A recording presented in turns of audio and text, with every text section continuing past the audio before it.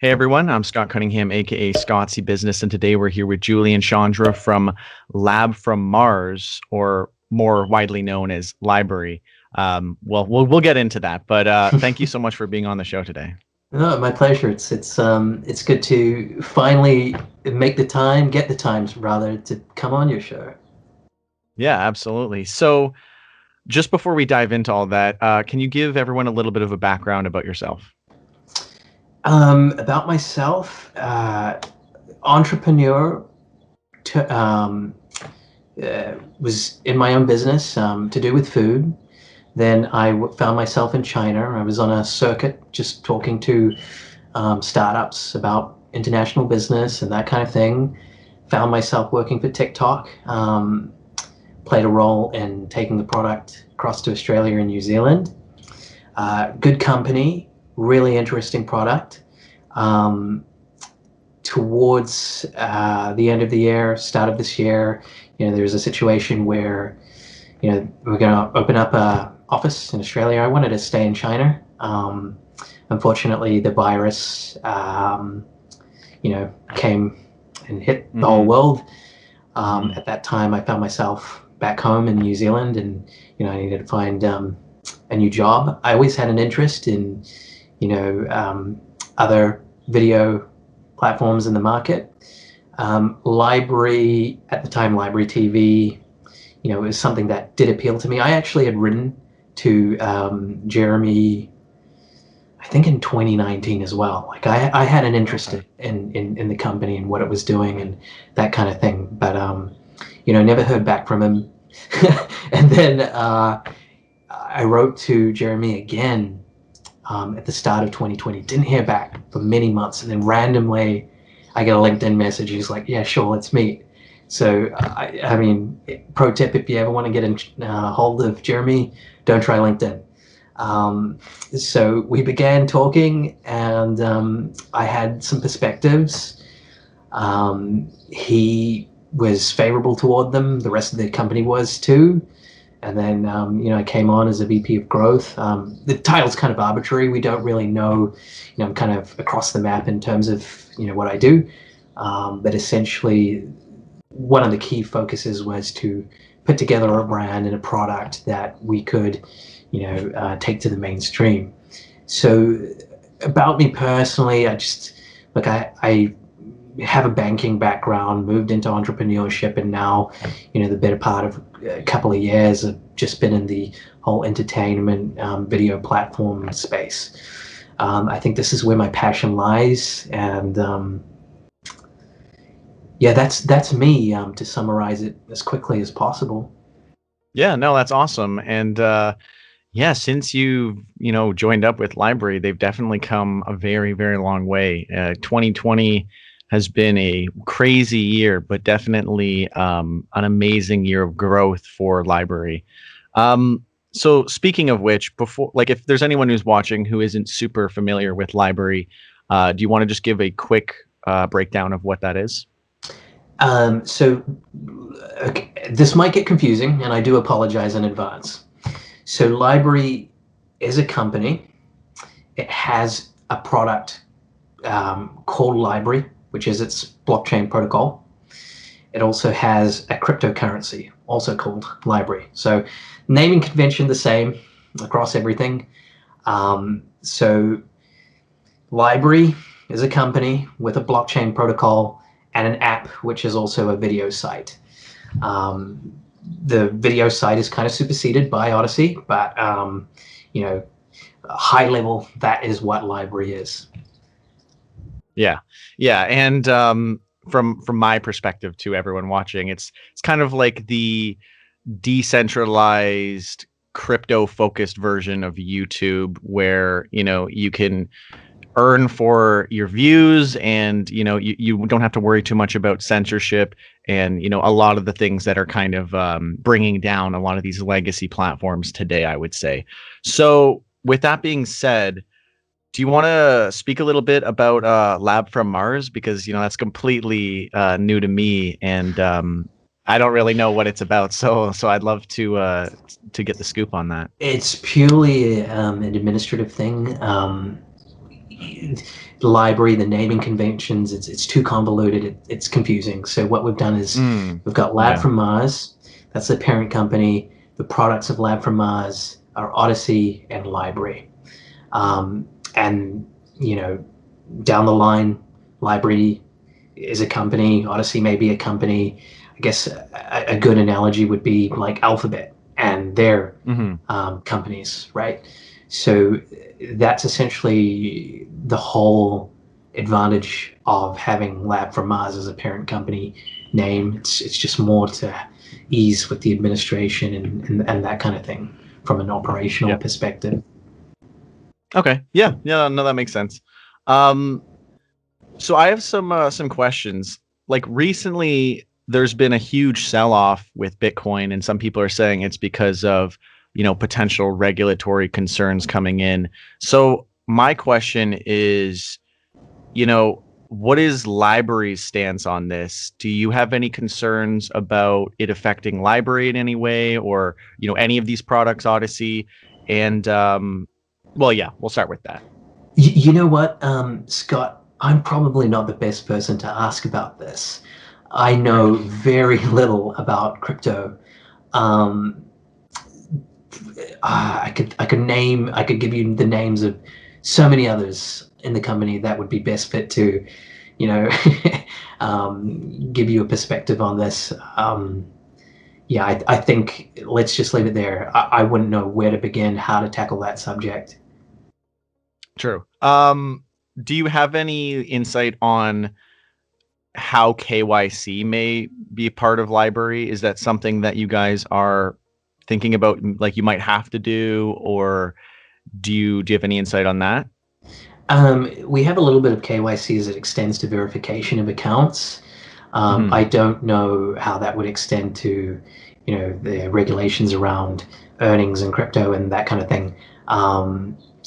You know, from a new, and I couldn't even project what it would look like for the company because, you know, it's a US company as well, and I'm here in New Zealand. But I imagine, you know, there's going to be going to look at a legal framework with the experts, you know, the legal team that we work with and that sort of thing to flesh something out. Yeah, just because I know there's a lot of concern now in the space if, you know, a lot of these crypto social platforms start to, you know, require you to verify with an ID and, you know, all these extra steps. I think that was like one of the big concerns people had when EOS Voice launched, was that they were going to have some sort of verification, and then they kind of pulled back a little bit and they're like, okay, we're not going to, you know, ask for your ID, but they'll still have people like verify with like a 3D like AI verification. So yeah, that's just, I know that's definitely on the top of people's minds.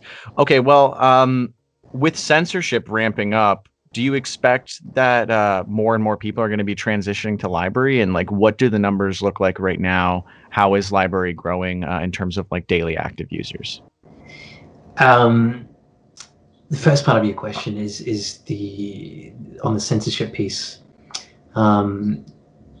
Yes, a lot of creators within that vertical, where they've got certain political ideologies or, you know, ideas that are contrary to the mainstream narrative. You know, they're finding themselves becoming deplatformed, and, you know, they're coming over through Odysee, or, you know, maybe they find LBRY TV and they join with us. So yes, we do get a lot of these creators coming on board. A great number of creators also across different verticals are not really impacted by censorship or anything like that. It is it is, to be clear, a certain category of creator that values these sorts of things.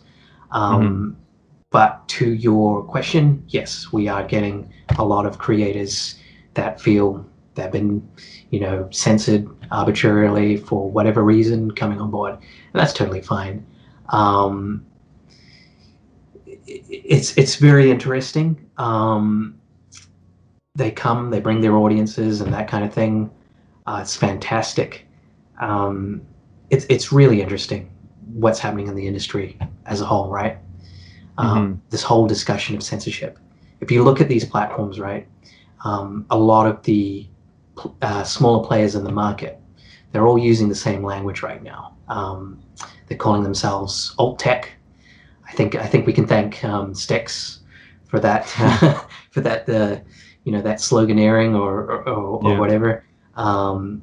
They're all heralding themselves as free speech platforms and this kind of stuff. Odysee doesn't do any of that. LBRY as an ethos, as a protocol, yeah, it certainly stands for those principles, and Odysee imbibes those principles.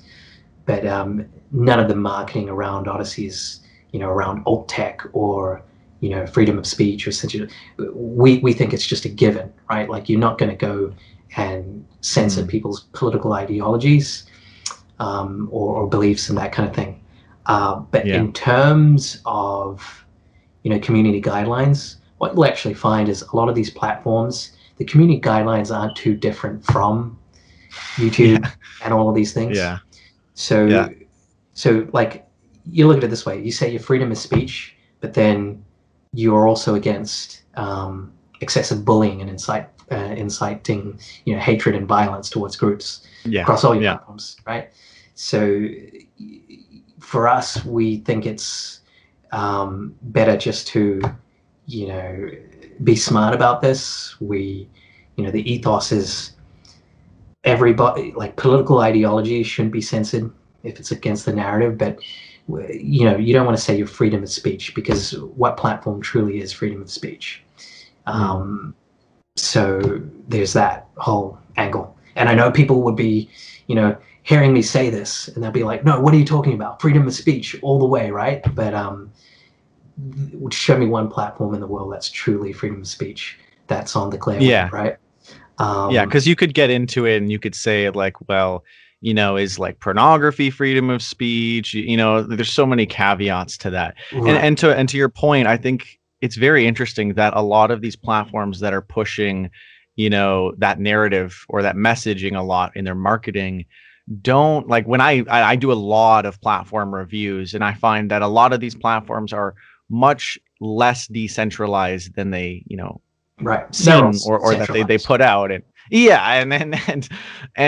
like, they might say, blockchain, social platform, but then they only have, like, a cryptocurrency that just touches the blockchain, and then the whole platform is just like a regular social media platform that is completely centralized. And there's a lot of marketing around these things, and I find it very interesting because you guys aren't, like you said, you guys aren't pushing so hard on that, but you're doing a better job than most of these companies at actually being censorship resistant to some degree, at least, specifically with the app versus like the website. And you guys are doing a lot better job at doing a lot of these things, and you're not trying to, like, hammer it so hard to get those people. And I do think that's very, very interesting. Where do you think things are going to be going? Like, do you think a lot of these other platforms are going to lose some of those, like, people who, when that sort of comes to light, and then maybe they'll be looking for more legitimate solutions like LBRY? Like, what are your thoughts on that? Look, it's a good question, Scott, and it's one that's really difficult to answer. If we look at the trend of these platforms, they're really trying to only appeal to one vertical, right? News and politics. And so that's great. There's nothing wrong with that. We already have all of their creators on the platform anyway. But when you're coming out and you're trying to appeal to that just one vertical, right? And you're signaling to the market that this is what you are, you're going to define your platform as that. And when your platform is defined as one thing, certainly from my perspective, I think that's more of a limitation than a positive, right? So what we want to do in terms of Odysee and the LBRY protocol, it's generalist. It does not care what content it's got as long as it's not illegal, right? And it does not want to favor one content vertical over another. So I can see now why legacy media is attacking such platforms and calling them, they're just repositories of one type of content, or, to use more derogatory language, they're calling them echo chambers and so forth and that kind of thing. People want echo chambers, essentially, but they want their platform to be generalist. So I think the play for a lot of these other platforms is very, very different to ours. We also don't call ourselves alt tech. People call us alt tech. I have been asking around, what's alt tech? Jeremy can't give me an answer. Tom can't give me an answer. Grin can't give me an answer. Nobody knows what alt tech is. It's like, what the hell is this? This is like alt, and also the other language is alternative to YouTube, right? We're not an alternative to YouTube. I mean, sure, you can be an alternative if you don't want to use like YouTube. You can use us, but in terms of content and all of these other things, we're not an alternative. We're just a smaller, growing platform, right? So there's a lot of common sense that we're trying to mix into our branding and messaging and that sort of thing. And I think that's really going to help us because we want to play the long-term game. So we don't want to just capitalize on trying to court one segment of the market. So right now, the big narrative is, oh, this is a platform for the conservatives, so this is a platform for one side of the political dichotomy. We don't want to do that because that's stupid. We want everybody, and that's quite an ambitious goal. And we can understand why other platforms might, fold and just say, forget it. Let's just appeal to this one crowd. We'll get enough traffic, and that'll be sufficient in itself. Coming back to another part of your question, like, are we seeing growth? Yeah, for sure. Odysee soft launched, and in that time, like I think it's been, quietly live for 6 weeks or something like that. We crossed like reaching 8 million users. Official launch next week. So the rate of growth is really impressive. But what impresses me a lot about that growth is the retention. So it's not just people coming to the site, checking it out for a day, maybe singing their channel, and then not coming back at all. They actually do come back. They come back to see their earnings. They claim their tips. They do all this sort of thing. Some of them make Odysee exclusives. They definitely tell their friends because a lot of the creator acquisition is happening through word of mouth. A lot of MCNs partner with us and that sort of thing too, and they bring their portfolios across, and that's totally fine. But we're seeing a lot of organic growth is what I'm trying to say, and I think that's really fantastic. So I think everybody at the company is happy to play this long-term game here with Odysee rather than just capitalize on the fresh flavor in the market, with being a platform that appeals to just a political or thing. You know what I mean? Yeah. I hope that answers. Oh yeah, no, it does. And I just wanted to say, like, to your point about saying like an alternative to YouTube, I guess I'm guilty of that because that's how I said it earlier. but what I will say is that, going forward, we should be kind of looking at it more like YouTube is the alternative to LBRY. That's the way that I think people should start to looking at it. Because I mean, like, I'm doing a lot better on LBRY than I ever have on YouTube. Yeah. And on YouTube, I had to make videos for about 3 years to even start monetizing. Let alone just like LBRY has just been a much better platform overall. But yeah, like there's so many more benefits that I've found using LBRY than a lot of these legacy platforms. And even just something so simple like being able to earn a small amount of cryptocurrency like early on is very encouraging. Even if it's minuscule, the fact that that your content has some sort of value, I think is just a very encouraging thing for a lot of people, to see that there actually is inherent value to the things that you put out. And if you put out something that has value, you will get some value back. And I think that's just a very, very powerful thing for people to see, especially when it seems more and more challenging for people to actually get a following and, become a content creator on like YouTube and other legacy platforms. And, to that point with censorship, I was banned off of Vimeo and Dailymotion. What happened there? Nothing really. I was just doing an interview with Bradley Cam from Unstoppable Domains, and they they banned me. I don't know why. They Okay. didn't tell me why, but yeah, I was banned off of those platforms about a year ago, which was kind of surprising since YouTube had no problem with it. But I was banned off of those two platforms. But my point kind of being, I think the reason that people say like alt tech is because we say like legacy social platforms. So then there's got to be like a Another term from Sticks. yeah, right. Because I wouldn't just say, oh, social media platforms, because people would be like, oh, like what, like Twitter, like legacy platforms, or like the new ones that are, they're more decentralized, more focused on privacy, crypto, has some crypto focus to some degree. Yeah, and I've done a lot of reviews of all these platforms, and there's hundreds and hundreds of platforms, and only a few would ever actually get my recommendation, and LBRY is like right at the top there. So yeah, you guys are absolutely doing amazing work. Thank you. Can I build up, like, hearing you just give me a quick rundown of your story as a creator? It's really really encouraging, because what we're really trying to do is focus on the independent creator like yourself. And we've been name dropping Sticks a bit, like Sticks, and everybody, Sophie and Joe, whoever else is on the platform.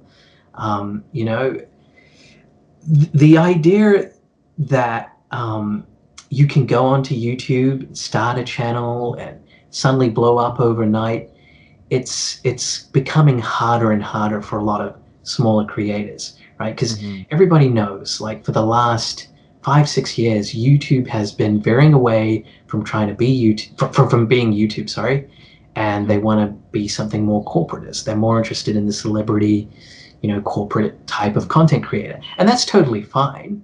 But the reason I, myself, and many others at the company like fell in love with YouTube in the first place was because we could find people like yourself and Sticks and all of these indie commenters and creators and animators and that kind of thing on the platform. You can't so much now anymore. It's still there if you know what you're looking for. But a big part of what we're trying to do with Odysee is appeal to that indie creator, and be a successor to YouTube in the sense where it's like we're focused on actually, that guy from his basement making videos, or that girl in her lounge talking about the latest books that she read, something like that. We're not really interested in Trevor Noah or Stephen Colbert. If they joined Odysee, great, that's cool. But the focus of at least the content direction where we're going with this platform, we think it's more interesting to put people like you at the forefront. So that's essentially our approach here. And on your point about monetization, that's really encouraging to hear that, hey, you're getting a little bit of crypto. It might not be much right now, but it's something. I remember seeing a video from some years ago with, I'm sure you're familiar with Linus Tech Tips. Yep. So Linus was talking to some girl, and he was telling her, he used to work for some company, and he was making videos for YouTube, and he was only making like a couple of cents per video. And then suddenly after a year it doubled, and he was trying to tell his boss, like, hey, look, we made $1. And his boss was like, hey, great, now you can go buy like a hamburger or something like that. But the point Linus was trying to make is that there is that growth in earnings and stuff as that platform expands. So similarly with Odysee and the LBRY network, as it develops and grows, people will be walking away with a lot more money. Certain channels who have come to Odysee and just done a whole week of exclusives, they've walked away with thousands of dollars just simply by mobilizing their audiences from YouTube to come and watch them over on Odysee for a week, because YouTube is kind of turning off the tap on what they make, right? So it's, who cares to them? It's just about getting their traffic across. So once they've done that, now they've gotten the whole proof of concept, taken care of. They know that they can earn with Odysee, so that's what they're going to try and do now, more regularly, I should say. Yeah, absolutely. And yeah, like it's wild what we've been seeing with like legacy platforms over the last little while. And I just think that this movement of people looking for different solutions, or even if they're not getting censored, even if they don't need to make more money, there's always some sort of like benefit that they can get. Like maybe you might in the future, and this is like a great place to just at least have your content backed up and sourced on. And I remember you guys, they were going to delete a bunch of like videos or files that were archived in, I believe it was Harvard or one of the major colleges in the US, and then LBRY took all of those and stored it on LBRY. So like things like that, where like content that might have not otherwise been seen or saved or cataloged, you guys are allowing for a place for that to exist. And people don't have to feel concerned about whether or not it's still going to be there or not, because like I said, like I've been banned off of various video platforms, like, and I have no idea why, because my content is so milk toast. But yeah, so it's very, very interesting. What Yeah. challenges would you say LBRY is facing right now? LBRY, the protocol, LBRY, you mean our company, or? Yeah, I guess either. Like what challenges are you guys facing? Like what are some obstacles that you're kind of like trying to overcome right now and work on? Right now, and I imagine this is the same for a lot of other platforms in the United States, but we I mean, we receive, I guess you could say, veiled threats. I guess I don't want to use that language. It's a very strong language. I guess you could say we're dealing with challenges where the regulatory bodies want us to conform to Silicon standards of moderation and policing of content and just operating in general. Right, like so that's a big challenge, and we don't really have the answer or the solution. We're happy just to keep doing what we're doing because that's what we believe in, and we're just going to move forward with that. So that's a challenge, and if you don't play ball, they come up with they talk to their buddies in the journalism space, and then you have all these various hit pieces written about you, or your platform's being skewed in a way that you don't want it to be skewed in.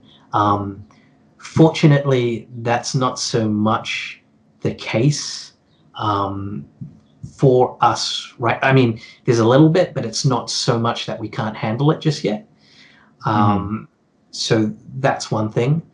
Right now, though, and this is probably a big thing, the rate of growth is really, really good for us. Our bandwidth is a little bit limited. Now, you're probably well aware of this, Scott. We've got a tremendous community that help us out a lot with everything. And that's fantastic. But we're finding that we are in a position where the scale is quite incredible. We need to increase our bandwidth in a significant way to keep doing what we're doing. And that extends from everything, to bandwidth, to, labor, to all of these other things. Yeah, so I guess that's a pretty positive thing. Our partners certainly think that's a positive. Yeah. Other challenges, if I can think of. Yeah, look, beyond that, no, not really. Yeah. I know you guys back in, I think it was like February. I think it was February when the company bank account got frozen or closed or something along those lines. Can you speak to that at all or no? I wasn't at the company in February, but okay. I'm sure it got resolved because everybody's being paid. I'm certainly being paid.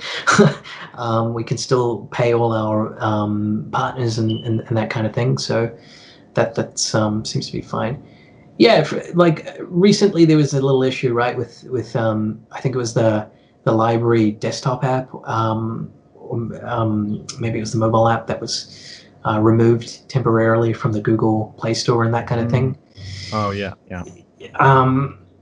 That was resolved as well. It's all these little stupid things that they do. The problem is there's a lot of automation behind how they moderate and review and do all of these things. And you guys are creators too, so you guys can attest to this problem. As soon as you can talk to a human, though, if you're fortunate enough to talk to a human, they can kind of see what's going on and resolve that. But that was something annoying to deal with, for sure. Yeah. Right now, I can also speak to this a little bit. As more creators are coming on to Odysee, many are bringing some of that YouTube drama with them. Unfortunately, it's just a small number, and that type of drama is, why do you moderate a certain? Why do you allow a certain creator to be on this platform and this kind of thing? So you do get a little bit of that. I'm sure the whole community would be happy to know we don't entertain that kind of thing for a second. It's like, hey, we're a platform. It's for everybody. If you don't like another channel on a platform, that's on you. You can block that channel. But just to illustrate, this is a little bit. It's a minor challenge because you have to spend like half an hour, 45 minutes, talking to a creator who has a particular set of beliefs and ideals, why you do things a little bit differently. So I think that's an interesting point to illustrate, because certainly you are a creator that values freedom of expression and an open marketplace and that kind of thing, where people can be on a platform. You don't have to agree with them. There are lots of creators that do not like this ideology. They don't agree with it. They do not like the fact that we might have somebody with political beliefs that they disagree with. So it's a melting pot, right? Ultimately, we're a platform, and everybody is here and everybody is welcome. But these are some of the if you're getting lost in the weeds, these are some of the little minor challenges that you deal with on a creator manager level, right? It's certainly more easier handling challenges from a platform perspective, from a business operational perspective, than it is to do a lot of the creator management, because there's a lot of weeds you got to go through. Not one creators are all different, I guess is what I'm trying to say, and they've got a lot of unique problems and challenges and this kind of thing as well, and they don't necessarily agree with your ethos. So there's that. Yeah well, it's interesting that they would come on to LBRY for all the great things it offers, but then also want to change it. They also don't know what LBRY is, Scott, right? Like, yeah, that's they fair. come through Odysee, or they saw LBRY TV.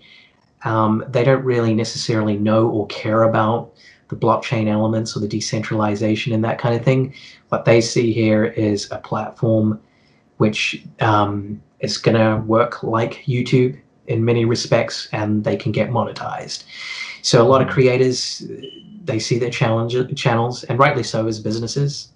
They're putting it on a platform. How much viewership are they going to get? How much money are they going to make? They look at things purely from that perspective. They don't really have they don't necessarily agree or understand or know about the philosophy that we have. So yeah, it is what it is. Yeah. Well, I mean, I could see somewhat from that perspective where it's like, anyone can comment anything on your videos and things like that. But at the end of the day, I've always said that it's much better to just have everything out in the open than to have someone trying to arbitrarily decide what to show. But you guys, have filters for various things that people can also use. And like you said, obviously people can block channels, and it should be up to the individual to do it rather than them telling, the platform how to do everything, because you guys are a platform.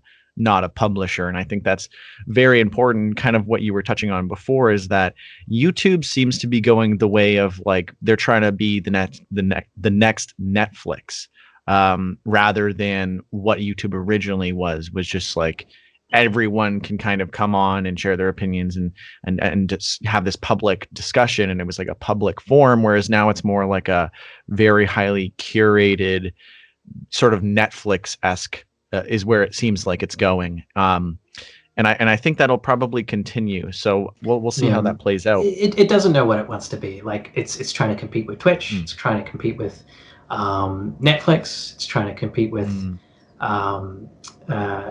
TikTok now. Yeah, it's a whole lot of crazy directions. If you want to see a good video, and I don't, this guy is not in Odysee. If anyone knows him, please tell him to join Odysee. We'd love to have him. His name's Emp Lemon.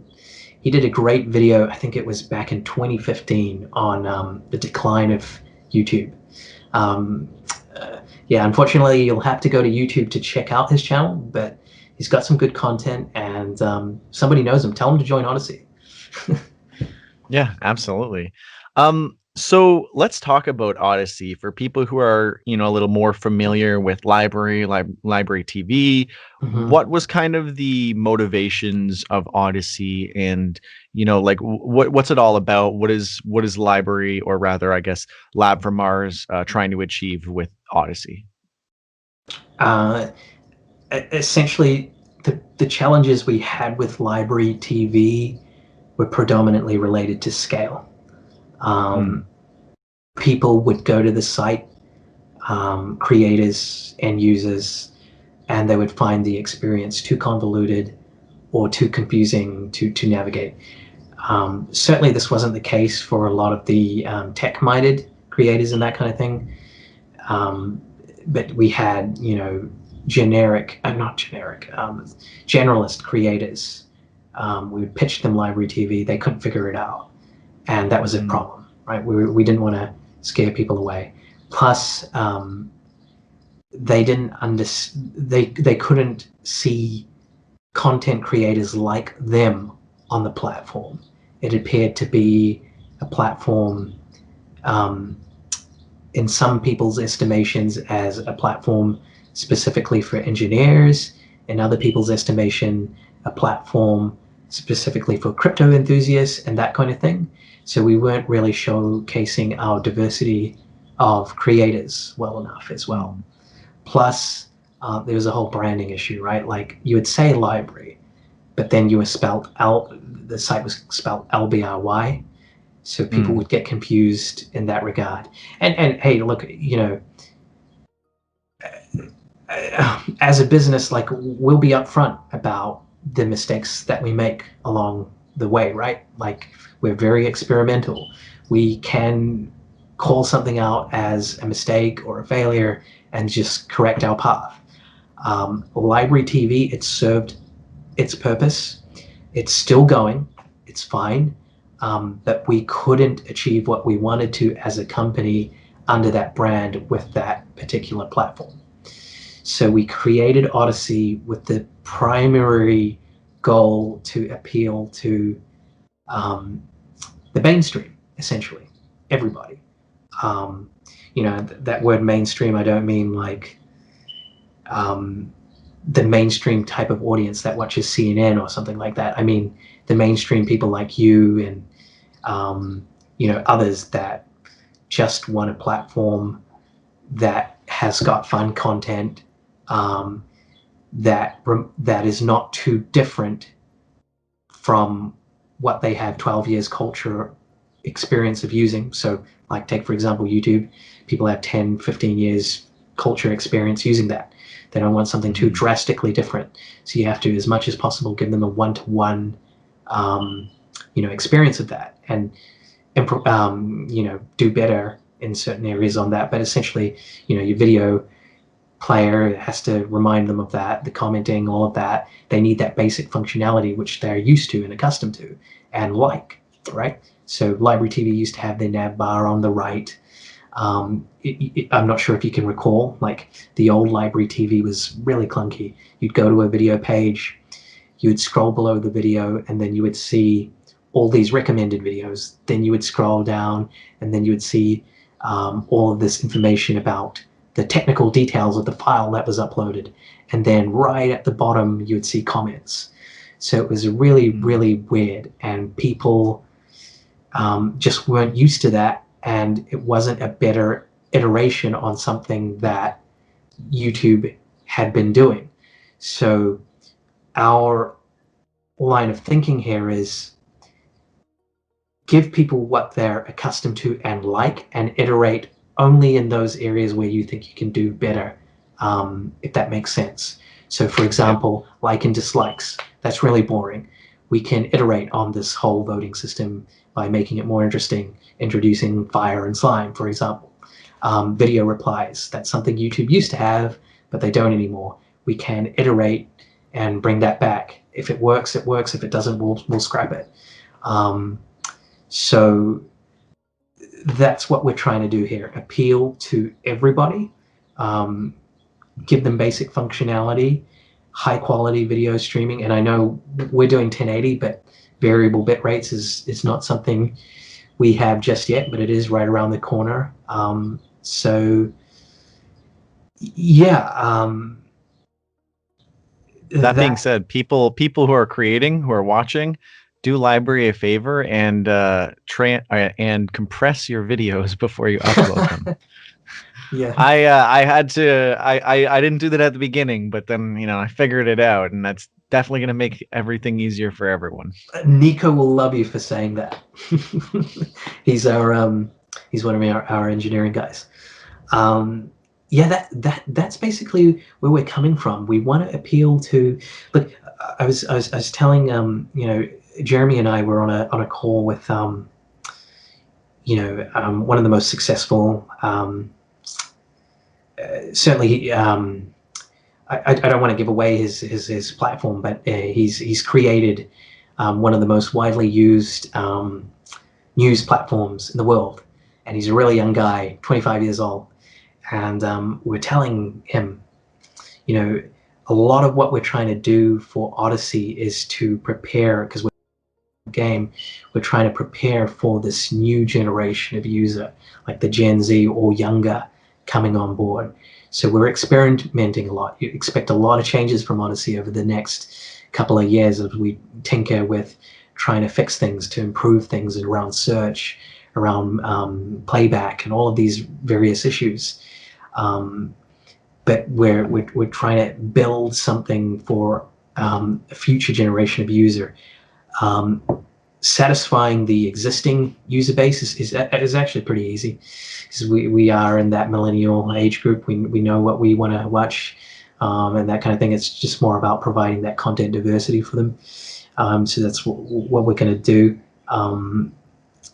But yeah, so why to answer your question, why Odysee came about is simply to make a mainstream play, not in the sense where we want to be a mainstream outlet, but rather appeal to everybody. So if you want to watch, rabbit hole-like content, come to Odysee. If you want to watch crazy grandpa and his camper van, talking about werewolves in the forest that he lives in, come to Odysee. But also come to Odysee if you want to watch, mukbang, or you want to watch beauty videos, or you want to watch all that kind of stuff.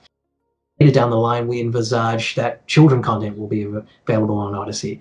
A lot of these things we wouldn't be able to achieve if we were still running with the LBRY TV framework. So we needed to adjust our branding and that kind of thing to, make it look like our platform is welcoming to these types of creators. Yeah, I think one caveat that's important to sort of point out is that, you guys have to kind of redo all of the things that legacy social platforms have already achieved. Like, because I know, like, we still don't have notifications on like the app, but we have notifications on Odysee. But what a lot of people don't really realize is rebuilding things on blockchain is very, very different than, just taking stuff that already exists and just implementing it. If you guys were just building a, a regular social media platform, you could obviously take from all these things that have been made before, whereas you guys have to kind of like reinvent the wheel. And that's obviously going to take a lot longer and a lot more effort to actually do that. But I think a lot of people don't realize that. So it makes sense why you have all these different interfaces to be able to, experience the more traditional experience on like Odysee, and then you're still like working on out all those things for like if people want to actually use like the fully decentralized app. And that's a good point. So LBRY, with that technology that we have, there can be hundreds of Odysseys, technically speaking, or theoretically speaking, or both, right? Odysee is our attempt, is our, like as a company, as Lab for Mars, Odysee is our, I guess you could say, commercial initiative to provide the market with a video platform, right? Like if you don't like Odysee, you can use our technology, like, because it's all open source, and create something totally different. Or if you want, pure like a pure decentralized experience, the LBRY desktop app exists. You might even be able to, in future, skin that to look like Odysee if you like that type of branding and some of the social elements that are part and parcel of Odysee. So there's a lot of things that we can do here. I'll also mention as well, like it was an excellent point. We have to kind of start from scratch to compete with all of these other platforms that are already established and already have giant repositories of content across all verticals and this kind of thing. And that is a challenge. So with Odysee right now, our appeal is niche. It is on the counterculture. It is on that sort of thing, the indie creator, right? So a lot of these other platforms, and I'm not going to name the names, they're fine platforms. They're doing great jobs. They're excellent, but they're trying to essentially acquire legacy media names, right? Like they use all the marketing language, like we're against big tech and we're old tech and all that sort of thing, but actually technically they are big tech, right? They're if you go to their platforms, it's essentially celebrity talking heads on one side of the political dichotomy, right? They're TV news personalities, and that's all you'll find. That's not alt tech. That is big tech. It's just, funded by, rather than Silicon Valley, it's funded by, another polarity, right? I'm trying my best not to name names, right? Because that's not very fair. That's fair. And all these, and to be clear, all of these platforms are doing fantastic jobs. But I'm just trying to illustrate the differences between what we're doing and what they may be doing and that kind of thing, right? Like I have tremendous respect for all of these guys. They're all doing fantastic jobs. But so we have to build a lot of things from scratch with Odysee and that kind of thing. Search is a big issue, right? We're trying to improve that all the time, and we're looking at ways that we can fix that. So we came out with categories, and the category names are totally arbitrary, right? Like, what is enlightenment? We're calling it visual acid. Just go there. It's kind of a cop out for saying go there to watch anything, right? Because it's like it's an acid experience. Or you could what truly is the rabbit hole, because the rabbit hole is not limited to just videos about UFOs and that kind of thing. It's all kinds of videos. So it's these little things that we're doing to just try and showcase who's here on the LBRY network in the best way possible that we can do so, when we know that our search isn't that strong, or we don't have enough content yet to build out a section entirely devoted to anime or mukbang or something like that. Yeah. And comparing LBRY to some of the other platforms, one of the most important tests that I do for any crypto related platform is I just take some of the cryptocurrency that they have, or whatever can go on the platform, I deposit it, and then I see if I can withdraw it. And most times you're not allowed, or there's some weird restrictions, or there's all these different things. So I think that is like the easy litmus test that I kind of do. Mm-hmm. And I really appreciate that LBRY makes it very like it's just very open. There aren't all these obstacles and restrictions and like limits, and if you are going to withdraw, you can only do this much, or certain times of day, all this ridiculous stuff that you'll see on these other platforms. So like I think for me, it's always been the biggest thing that you have actual full access to your funds, whether it's earned or deposited. And I think a lot of other platforms really don't do the greatest job of that. I mean, there are several that do a good job as well, and I fully recommend them. But I really applaud LBRY on just doing that right, because for me that's always been the biggest thing for any platform to really do. That's great to hear, and I just and everybody who's listening, we will improve on that as well. We're not we like there are a lot of challenges and things that we would like to see done differently with that, to make it easier for you guys. I don't want to put the cart before the horse and announce what some of those ideas might be, but I'm glad that you like it now. I'm pretty confident you're going to like it more soon as well, if that's what you're saying. Awesome. So what can we expect? Is there anything that you can share that we should expect? Like, are you guys planning on having like an ad program anytime soon? Like what are some of the things that are in the works? We have an ad partner. Pre-roll ads will be, well, they were meant to be a thing this week. Some technical difficulties. And this is a we're really, as a company, we're so happy about this, because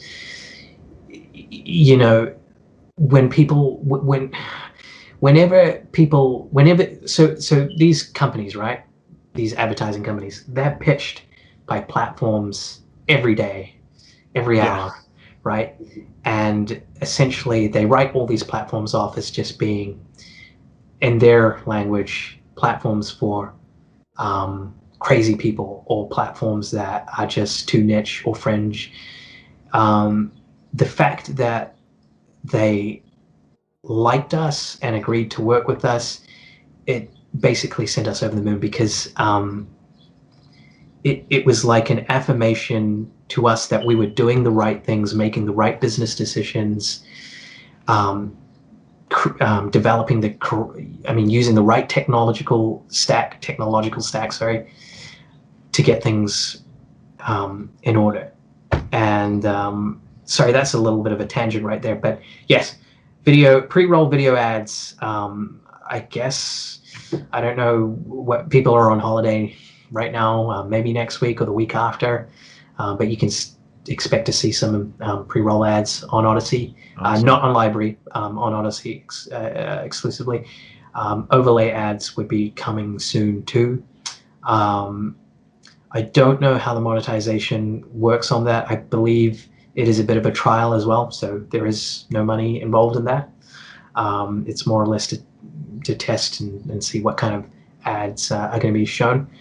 From my understanding, later down the line, though, once it is all monetized, that's just another data, right, in terms of revenue or something like that.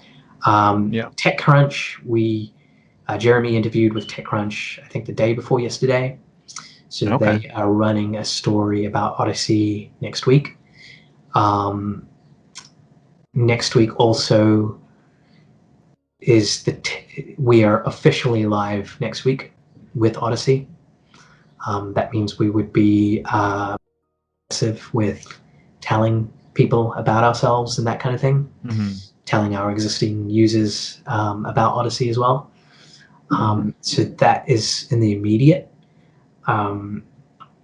We are also looking at growing the business, in terms of labor capacity. That is something, I guess you could, early 21, that's something to be looking forward to, because it means more engineers, more people looking after creators and that kind of thing, which is going to be fantastic. In terms of categories on Odysee, still experimenting with it. We still don't have the right idea just yet. We're not 100% happy. Creators new that are recently onboarding, we want to look at how when they do onboard, something happens in the system where they don't necessarily get visibility straight away. We want to look at all of these things. But I guess the stuff that really matters is, you'll start to see more coverage of Odysee in various tech journalist outlets, which will be fantastic. Awesome. A lot of industry support has been given to us from companies and people in the industry, which we're really thankful for, and I'm looking forward to being able to tell you more about who these people are. But right now we're kind of not saying too much, because as a company we're more about like, let's get the solution fixed and then let's tell you when it's here. We don't really, I mean, I know we've done this in the past sometimes with live streaming and that kind of thing, but essentially our modus operandi is, let's have a feature, work on it, and once it's ready, we'll just drop it like out of nowhere. Like, hey, look, here's this new feature, you can take advantage. And I think Odysee was very similar to that too. Like, who knew that was coming? It was just like one day, hey, here's Odysee.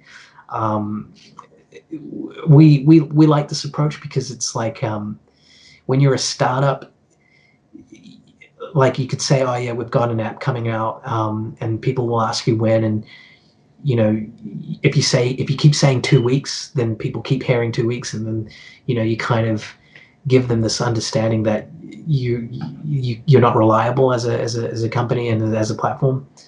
So I actually think that's very, very important, and I'm not going to name the platform, but lately there's been a lot of that kind of that drama and problems like that. So yeah, I mean, you guys just dropping awesome features just out of the blue, it definitely works, and no one has any expectations to be met or blow past them. Either way, it's a great feature. So people are happy.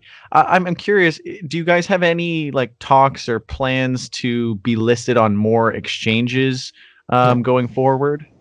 Yeah. So those are some of the, I guess I kind of alluded to when you were talking about how easy it is working with crypto and stuff.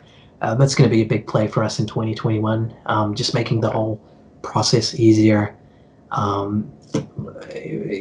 With exchanges and that kind of thing, cashing out and that kind of stuff, claiming tips. It's a big focus. Can't give you an exact date or names of what these exchanges would be, but we will be making a play for those well-known exchanges, right? Like that's what our users need. That's what you guys need. So that's our focus. We'll get it done. I just can't give you a date on that. Yeah. What do you think of Wild West? I'll ask you about that. Wild West as in? So it came out last week, I think. It's a category on Odysee. Oh, okay. So essentially how it works is there's no filters, no curation, nothing like that. It's a pure market response. What makes it to the top of the page is the LBC amount. So, whatever is staked on that video, that's essentially, you have to basically, in a nutshell, use your token to boost your video to the top. And it's a great way to just see whatever is random on the platform that you otherwise might not find on the platform through normal discovery options that we've got.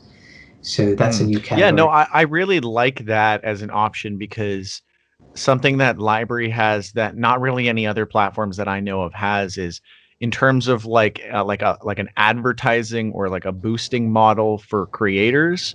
You guys allow it so that we don't actually have to like spend anything, but we can still get visibility. And I think that is a very, very extraordinary idea that like no one else has really explored.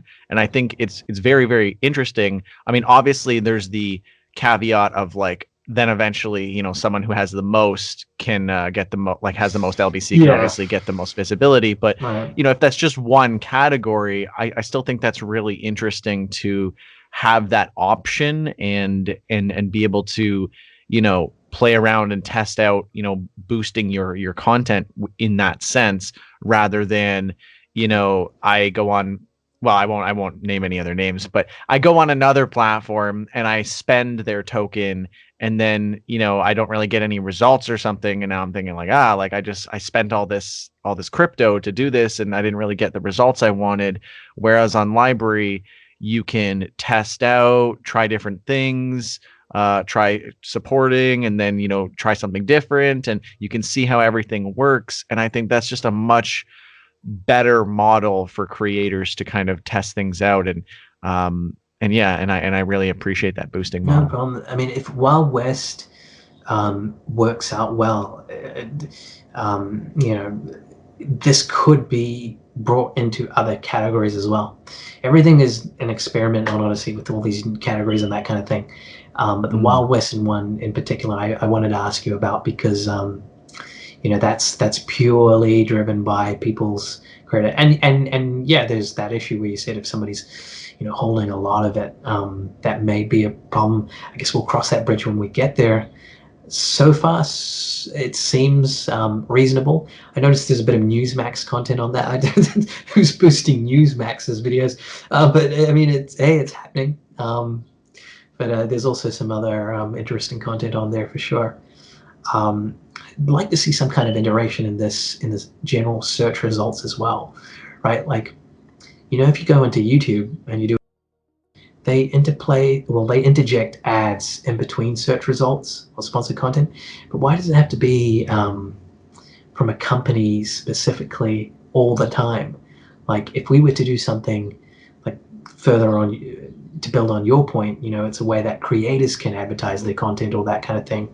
So if we allow creators some kind of preferential treatment here, where they can get their, you know, if they've got a short film like a documentary coming out, a trailer for that, or something like that, or just even one of their videos, they want to get themselves visibility on a topic, or their channel general visibility, they mhm. can use their LBC to get that. Because you know, these are all little things that we can explore, because you know, YouTube benefits from having Google's robust, fantastic search. We don't, right? And we're trying to get there eventually. But you know, in the meantime, what are things that we can do to help creators feel like they have equal footing with every other channel on the platform, insofar as promoting their channel and content and that kind of thing? So yeah, some of the ways, some of the things that we're looking at for sure. Yeah, and I do think that is very important. Speaking to that, like today, when so many cryptocurrencies were going like way into the red, LBC was interestingly climbing up and up. And you know, some people that I was chatting with, they're like, "Well, maybe you should just like you know, sell a bunch and take profits." And I'm thinking like, but I use it as a utility token. It's actually very important to me. I don't just want to sell it and get rid of it. So I didn't, and Mm, I just thought that was really interesting, because from a profit perspective, with everything else going down, it would have made a lot of sense for me to do that. Um, but I keep thinking it's like, wow, it's such an important utility. And it's so crucial to like how I do everything with LBRY. So I was like, no, you know, I'm going to keep that and I'm not going to sell. right. Um, and I don't really get that with any other platform where I'm like, oh, the price went up, let me not take profits. I don't Right. really, yeah, like I don't really have that with other platforms. So I Yeah. definitely think that was really interesting. Yeah. The big plan is more gamification with the token, and more integration into the whole library. Like, you know, it's an integral piece for the whole library economy. But Hmm. what's more ways that we can introduce its use on Odysee and other, you know, library apps? So I'm really happy that you said that. You know, one goal for next year is to figure some of these things out around that gamification and further integration of it, because we want people to see the value and the utility in it, like yourself does. Yeah, yeah, absolutely. Um, so that's pretty much everything that I have. One last question. Where do you see LBRY and Odysee and all these projects in an ideal world? Like, where do you see them going in the next, few years? Like, what is the really like the long-term vision? 12 to 18 months. The goal is to for Odysee to be seen as the most viable successor for those looking for something like YouTube. So 12 to 18 months, we want that idea established in the market. And a lot of the things that we're planning for on a daily basis to achieve that goal. We would like, I guess that's a little bit of a purview into what our objective is as a platform in terms of content. We're constantly acquiring new creators daily across all verticals and that kind of thing. You can anticipate the company to grow in size in a certainly an impressive manner relative to compared to 2018, which is going to help us be more provide a more professional service, right? So you're somebody that's new coming to Odysee. You'll expect to see more content, a faster site, more options on video. Expect to hear more about Odysee through word of mouth, through media, that sort of thing.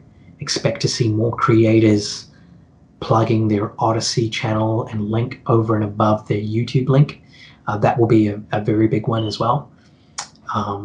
Expect to see a lot of channels that do not make a cent on YouTube just go all in on Odysee. These are some of the things you can anticipate.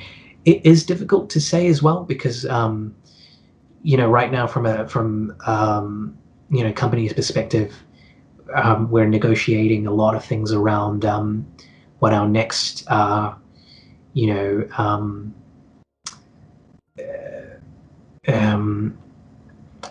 growth stage is going to look like, and a lot of these discussions factor in our capital raise and all of this sort of stuff. So I guess a lot of what I'm saying is tentative. I don't even know how to say the word, but the primary thing to take away is that within 12 to 18 months, expect to see a lot more buy-in on Odysee as a brand, a lot more discussion about it. There will be a lot more problems that come out. People will be criticizing the platform a lot more because as you grow in size, there's going to be a lot of that sort of thing.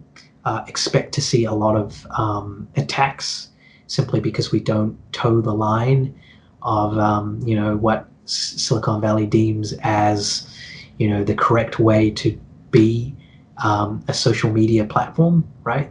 So that's going to be a big one. That's going to be a fun one. Expect the token price to rise. Maybe I shouldn't say that, but I think it's inevitable for sure. These are some of the things. I'm at a position right now, Scott, where I'm waffling because there's a whole lot of things up in the air, but and some more concrete than others. But I'll tell you, man, big things are being worked on by us, and we're full steam ahead, man. We're ready to go. We're not just relying on reactive growth or that kind of thing, reactive and organic growth. We're not just relying on that. We are taking initiative to get ourselves out there and grow and scale and help creators get on board and this kind of thing. That's our position.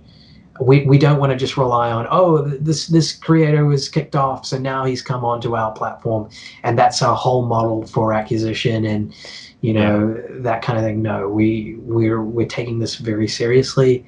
We want people that haven't heard of us to know about us as a viable platform where they can discover cool creators, find awesome, interesting content, and also be a creator.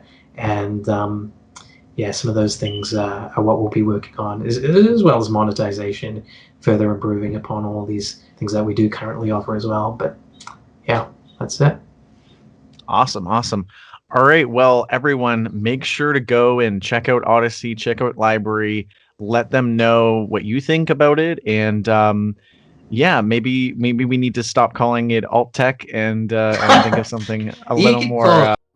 That's the nitpicking. Yeah, well, I mean, it's not just alt tech, right? It's a lot more than that. So maybe we need to coin a better term for it for sure. But everyone should 3.0. Do you know that one? Oh, okay, yeah. Like, so we tell everybody what is, when they ask what's Odysee? Well, Odysee is a video platform built on 3.0 technology, and it's true.